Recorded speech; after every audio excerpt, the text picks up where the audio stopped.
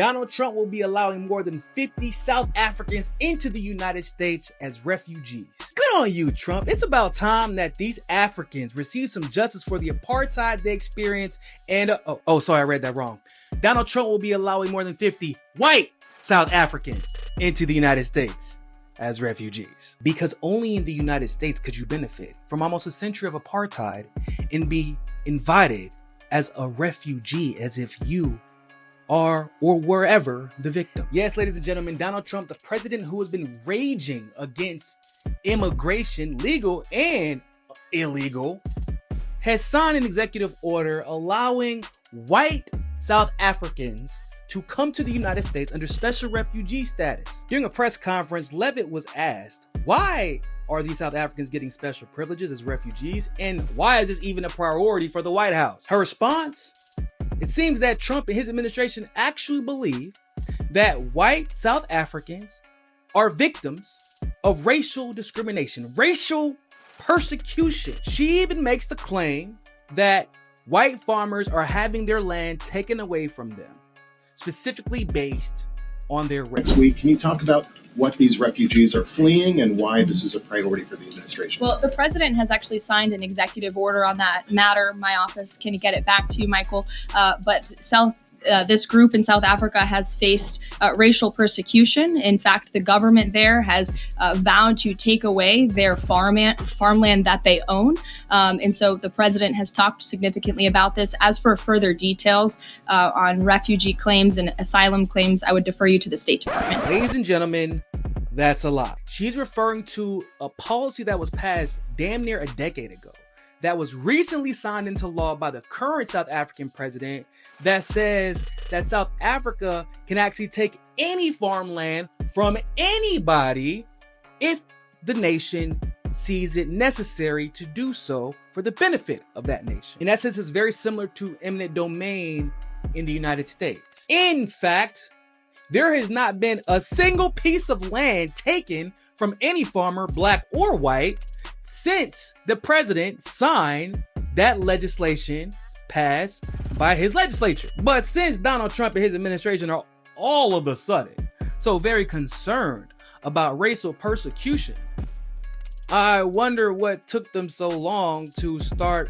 offering refuge and opportunities to South Africans, considering, like I said, it was an apartheid state for damn near a century, and even after that, they still suffer from the effects and the impact of the apartheid policies that were once in place. Is it because those South Africans are black and these are white? But it's a genocide that's taking place that you people don't want to write about, but it's a terrible thing that's taking place. And because it seems like it's because those South Africans are black and the ones you invited are white. That kind of seems like the only justification you have for inviting them here with refugee status. And what's crazier than lying in an executive order, pretending as if these South Africans experienced some type of discrimination or racial persecution, is the fact that all of these anti-immigration MAGA people have all of a sudden gone really quiet upon hearing this announcement that South African refugees are coming and getting special refugee status. Now, I don't want y'all to get it twisted.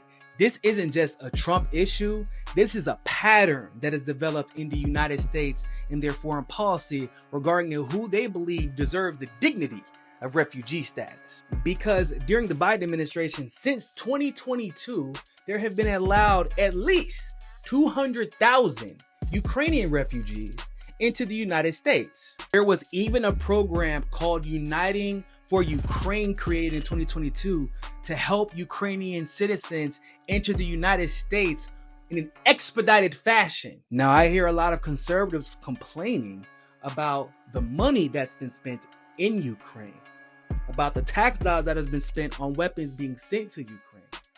But I haven't heard a peep about the literal Ukrainians who are given refugee status because of a war that was effectively started by the United States. I haven't heard a peep about how these Ukrainians are going to be used to vote for Democrats and give them the House and the Senate, and that's why they're being shipped here, and how those Ukrainian refugees are going to commit voter fraud in mass. No, those seem to only be attacks reserved for Haitians, Mexicans, Salvadorians, Hondurans, or basically anybody who gets a tan when they go to the beach rather than getting burnt and turning into Mr. Krabs. It's my ex-boyfriend, Octavius Rex, aka Long, Tan, and Handsome.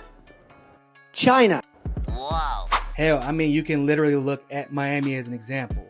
The refugees who are allowed to come from Cuba and get literal permanent citizenship, permanent residency, grants, loans, anything you can think of.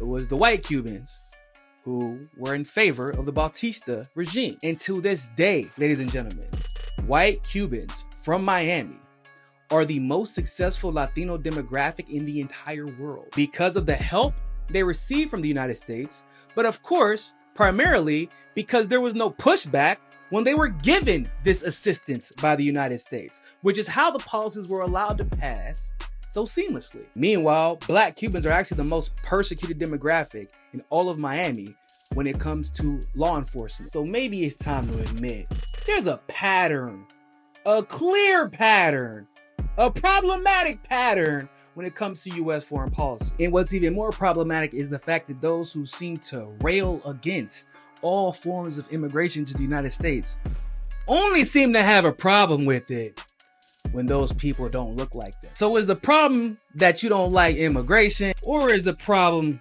something else and y'all just are too afraid to say it out loud?